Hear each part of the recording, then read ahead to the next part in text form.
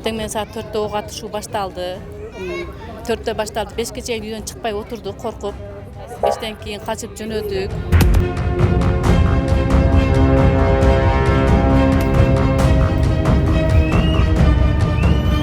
Барып эле уже биринчи стрелба башталгандан кийин бизди алып кетти. Буквально 20 минуттан кийин уже жол жабылган да бизден кийин. Алдыңкы бир 5-6 бала чыккандан кийин уже аркасы чыкпай калган да.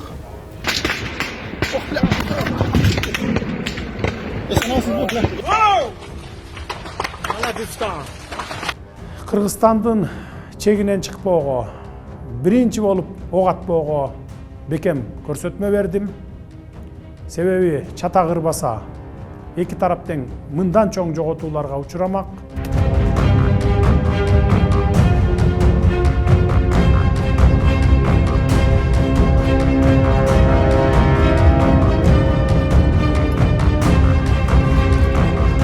Солдаттар чакырдык. Кезек бизге приказ болсо барабыз, приказ болсо биз бара албайбыз эми. Ал приказ болсо биз өлтүрүп чейсем болду экен да. Кыргыздар өлүп кете берет экен бетте. Приказ бербесе өлтүрүп чейсе берет, ажитке барыбыз да.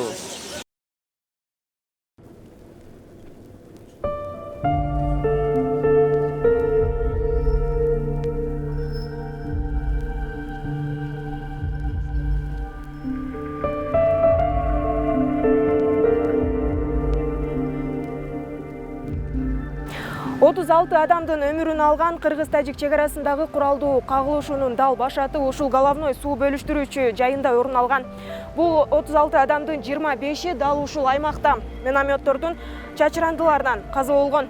Ал эми бул головной суу сактагычынын аркы жагы Тажикстан болсо, ал эми бул жагы Кыргызстандын аймагына тиешелүү.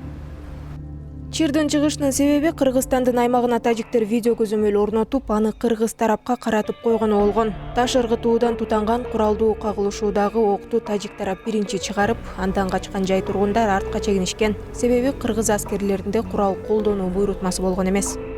Тажик Республикасынын Кожойлу айылынан 30га жакын жарандар келип, биздин жарандар менен таш ыргытуу болду. 28 апрель.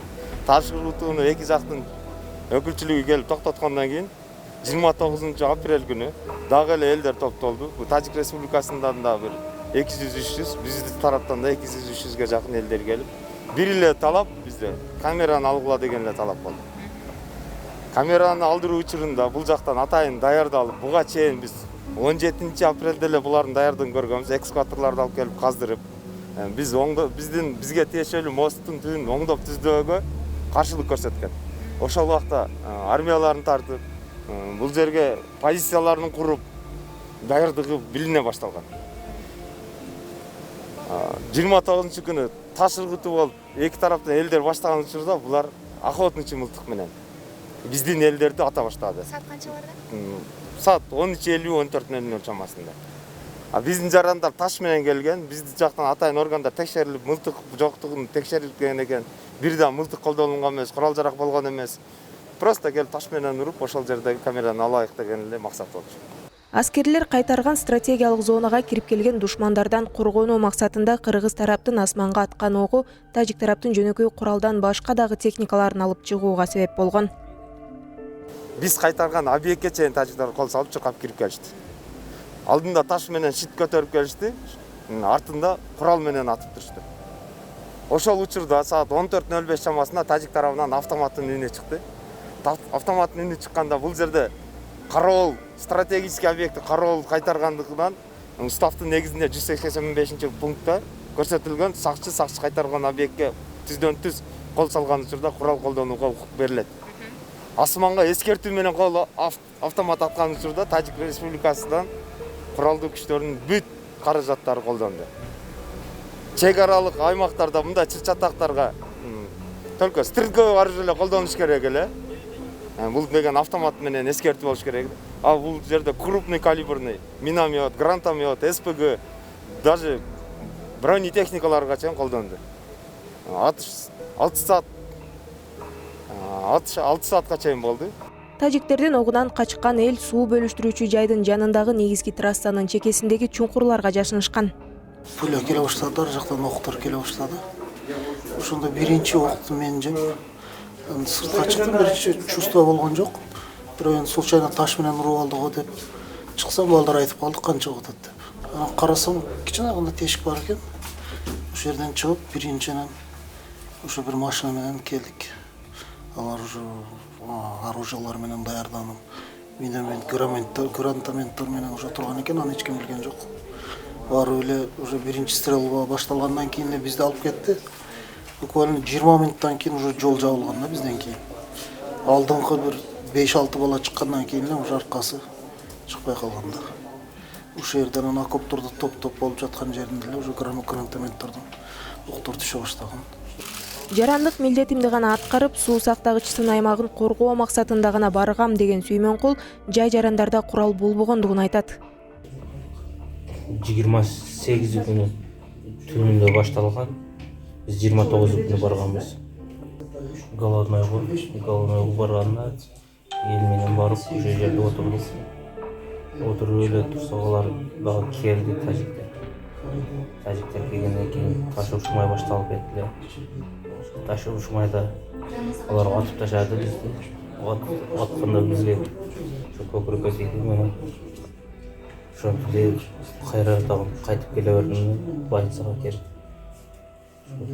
Көзүм тешип кеткен экен. Операция жасалып азыр жакшы болуп.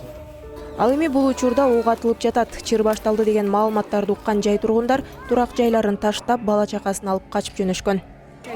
Ошол окуя 28 күнү болгон, абетте башталган. Ошол күнү коркуп абеттен бери эме болбой, кечинде коңшунамка кирип жаттым, 5 балам бар, өзүм 2-чи группада амайыпмын. Ошентип эртең менен 29 күнү эртең менен саат 4-тө ок атышуу башталды. 4-тө башталды, 5ке чейин үйдөн чыкпай отурдук коркуп. 5тен кийин качып жөнөдүк. Атышуу эми башталганда эле келгенбиз бизчи. Саар менен эле саат 7-де келгенбиз атышуу. Ошондон бери мана 4 күн өттү. 4 күндөн бери ошол жак менен телефондо гана эркектер менен байланышып турабыз. Неберелерибиздин келечегин ойлоп, жакшы жашоодо жашай турган ниетибиз бар да, ошо жаш балдардын келечегини неме кылып койсо. Ошол биздин каалабыз. Чек арада чоңдодон суранабыз да, чек араны чечип берсинчи. Кыргыз-тажик чек арасында жайгашкан айылдардан аялдар, балдар, кары картаңдар чыгарылып, үй-жайын, мал-мүлкүн коргоо үчүн жаланган эркектер калган. Алардын айтымында колдорунда курал болбогондуктан айылды толук коргоп калуу оордукка турган. Эл журт эле калды. Эл журт эле машы пассажда жүрдү айланчы. Солдаттар могу биздин жогору жүргөн, качып. Биз солдаттар жогоруда, биз кайтып мына жака жүргөнбүз, астыдан. Тажиктер менен урушуп. Чыгып кетти дегенден кийин катталар чыгып кетти, тажиктин солдаттары ояка кетти, кыргыз бияка кетти дегенден кийин 2 сааттан күтүп тажиктер тоноп жүргөн экен. Ал үйлөргө кирип, малдарды эле тоноп, сондай эмес уруш болуп чыкты. Бетте солдаттар чакырдык, кезип бизге приказ болсо бара алабыз, приказ болсо биз бара албайбыз деди. Ал приказ болсо биз өлтүрүп жесем болду экен да.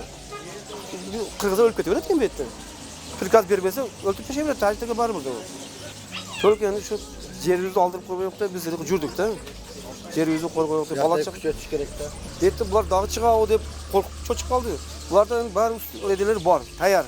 Бизде эч бала жок. Чалска барсак мынтык бербесе, биз өзү сатып алайсак, биз сатып алсаң документ кандай нерсе алып кетип калат бизде. Документти ала албайсың азыр. Кыйын да, ойлонуп жашап калдык азыр.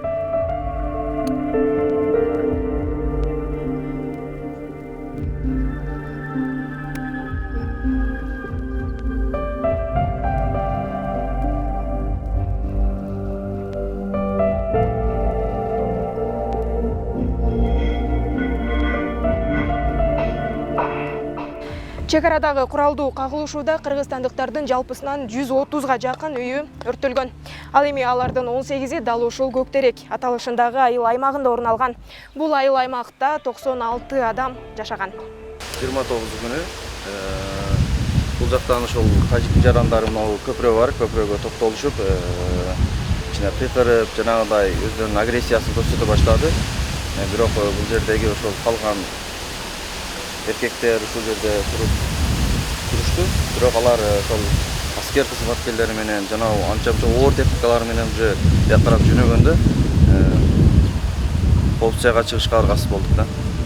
Андан кийин келип мына ушул өзүңөр көрүп тургандай бүт короо жайларды талкалап, тоноп кетишиптир. Алгач тонолуп анан өрттөлгөнү айтылган бул айылда азыр урандылар гана калган. Бирок жашоочулары кайрадан үйлөрүн калыбына келтирип жашоого даяр. Себеби ата-бабаларынан калган жер алар үчүн ыйык. Кызыгы бул айылдагы үйлөр тандалма түрдө өрттөлгөн. Бул жерде элди кооптуу жайга чыгарыш үчүн бул жерден эвакуация кылганбыз, элдин баарын чыгарганбыз. Бул жерде эч ким калган эмес. Анан калбай калган участкага тажиктер өздөрүнүн bir техникаларын киргизип, участок кылып алыптырлар бул ушул жерде. Анан шашпай бардык үйлөрдү талкалап, күйгүзүп, бир эле тажиктин үйү калып кеткен, четте турат. Азыр кааласаңыздар барып көрсөтүп эме кылайын. Анан бул жерде элди чыгаргандан кийин, бул жерде солдатта тургандан кийин аялдарды, жаш балдарды, анан адамдарды кармап турганга мүмкүнчүлүк болгон жок дагы, эвакуация кылып, бизден бул 35 километр жокоракта Рават деген кыштагыбыз бар. Ошол жака көчүргөнбүз элди. Куралдуу кол салуунун жыйынтыгында кыргыз тарап бир топ эле чыгымга учураган. Баткен жана Лейлектин бир нече айылдары өрттөлгөн. Жай тургундарынын үйлөрүнөн тартып аскерлер кайтарган чек ара заставалары, мектеп, бала бакчалар, соода дүкөндөр, май куюучу жайлар, унаалар күйүп, атүгүл короодогу малдары айдалган.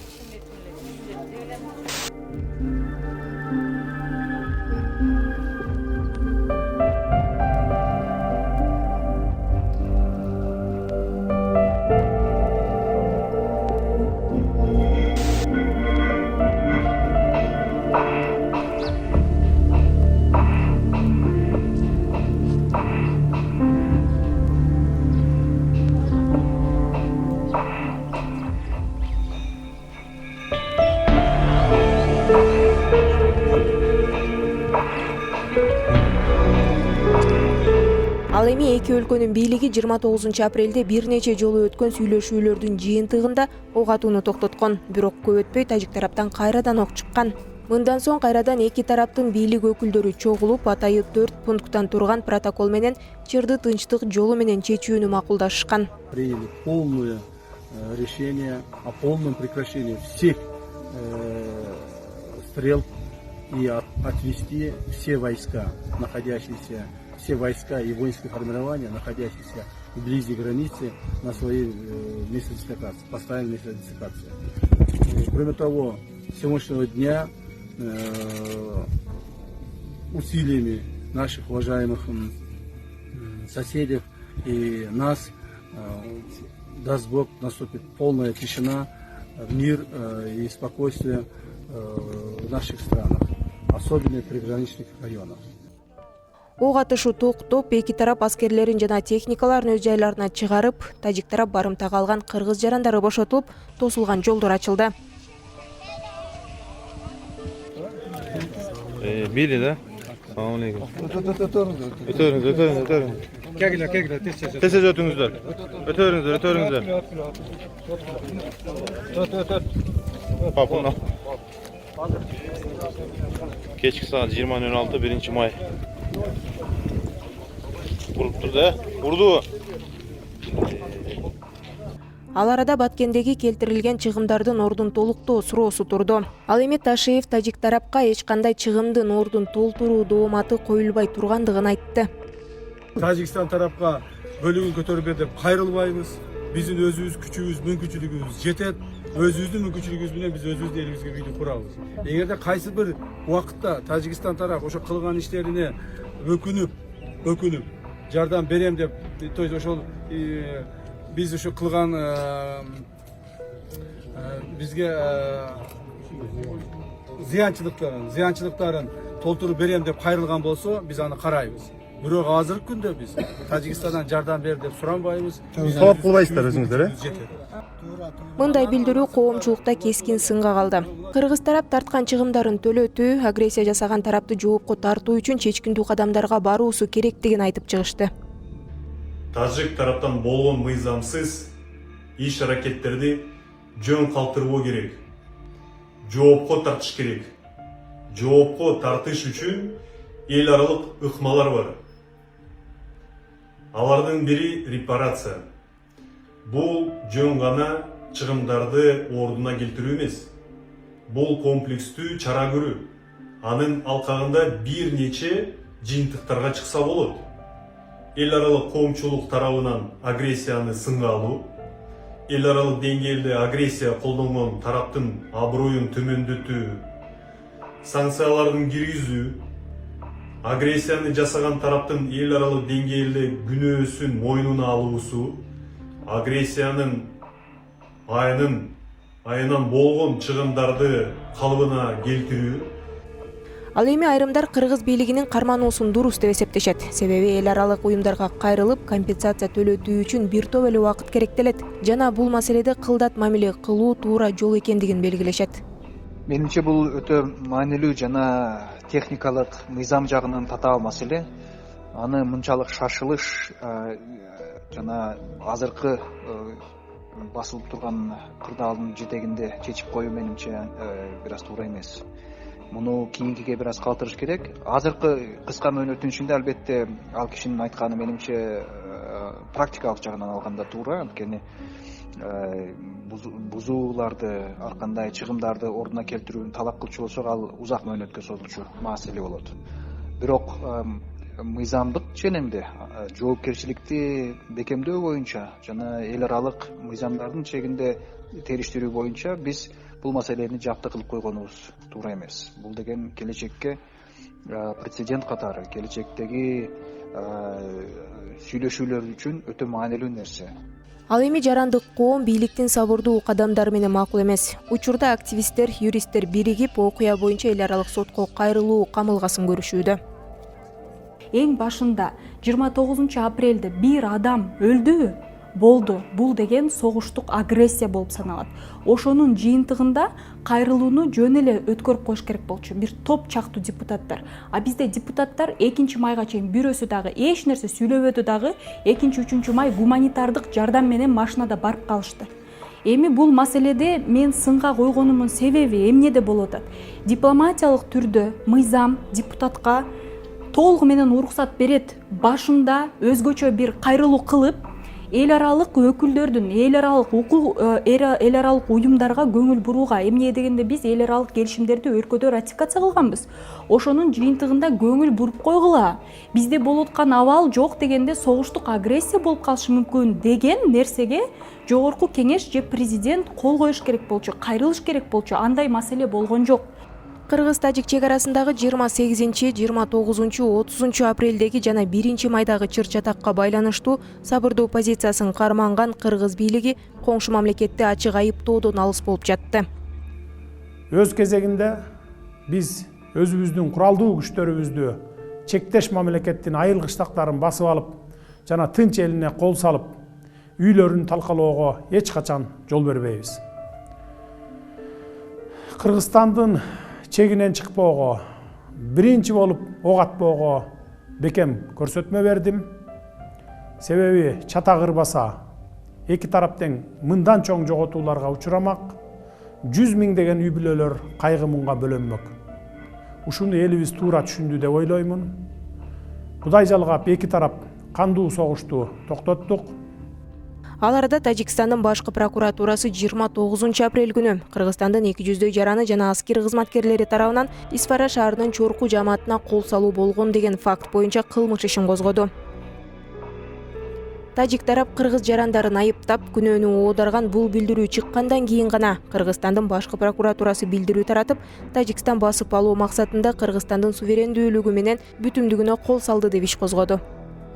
Кыргыз бийлигинин кармануу менен мамиле жасоосу дүйнө коомчулугуна бир жактуу маалымат тароосуна шарт түзүп жатканын айтып чыккандар да болууда. Бул аскерий агрессия болду. Бул жерде эч кандай сөз да болушу мүмкүн эмес. Мен ойлойт элем, президент ошо биринчи күнү эле кайрылуу жасаш керек эле эл аралык коомчулукка. Себеби ошол чек арадагы инцидент Аксай Көкташтын ортосунда головнойдо болуп атса, 150 километр нары максат интернационал арка бир, арка эки айылдарын бастырып, өрттөп, военный, тяжелый военный техника менен киргени бул агрессия эмес эмне. Ошол факт болушу менен президент эл аралык коомчулукка кайрылыш керек эле деп ойлойм мен. Бул жерден албетте мындай кичине бизден мүчүлчүлүктөр кетип калды, убакыт өткөздүк. Анан азыркы дагы биз мына ушул болгон нерсени өз аты менен атай албай аткандыгыбыз чынын айтканда кичине таң калтырат. Ал эми мурдагы элчи дипломат Бактыгүл Калманбекова чыккан чырды чечүүдө, жаралган абалды жөнгө салууда шашып, эптеп эле үстүртүдөн карап, негизгиси эл тынчып калсын деген мамиле кылбоо керек деп эсептейт. Азыр эми ишти жылдырыш үчүн келгиле муну алып карайлы, ага чейин мына жол жүрүп турсун, жол ачылып турсун, жүктөр адамдар өтүп турсун, анан мына жагын биз оңдоп туралы болуп атат. Бирок биздин Кыргызстан менен Тажикстан менен болгон Кыргызстан менен Тажикстан ортосунда буга чейин орун алган окуялардан аларга мындай көз жүгүртө турган болсок, биздин жана через полосица деп атабыз го, шахмат болуп калганы, жерлердин бири менен бирине кирип бирине чыгып калганы, жана кыйтык жерлер, клиндер, ушулардын бардыгы мына ушинтип дайыма эл ызылдап кыйналып турганда ошонун басымы менен келгиле элди тынчталы, нардан бери чече коелу дегендин натыйжасы ушундай болот. 28-30 апрель күндөрү Кыргыз-Тажик чегарасындагы куралдуу жаңжалда 36 кыргызстандык курман болуп, 180ден ашуунун жарат алып, 50 миңден ашуун адам эвакуацияланды. Ал эми тажик тарап бул жаңжалда 19 адам каза болуп, 87 киши жарат алгандыгын расмий кабарлады.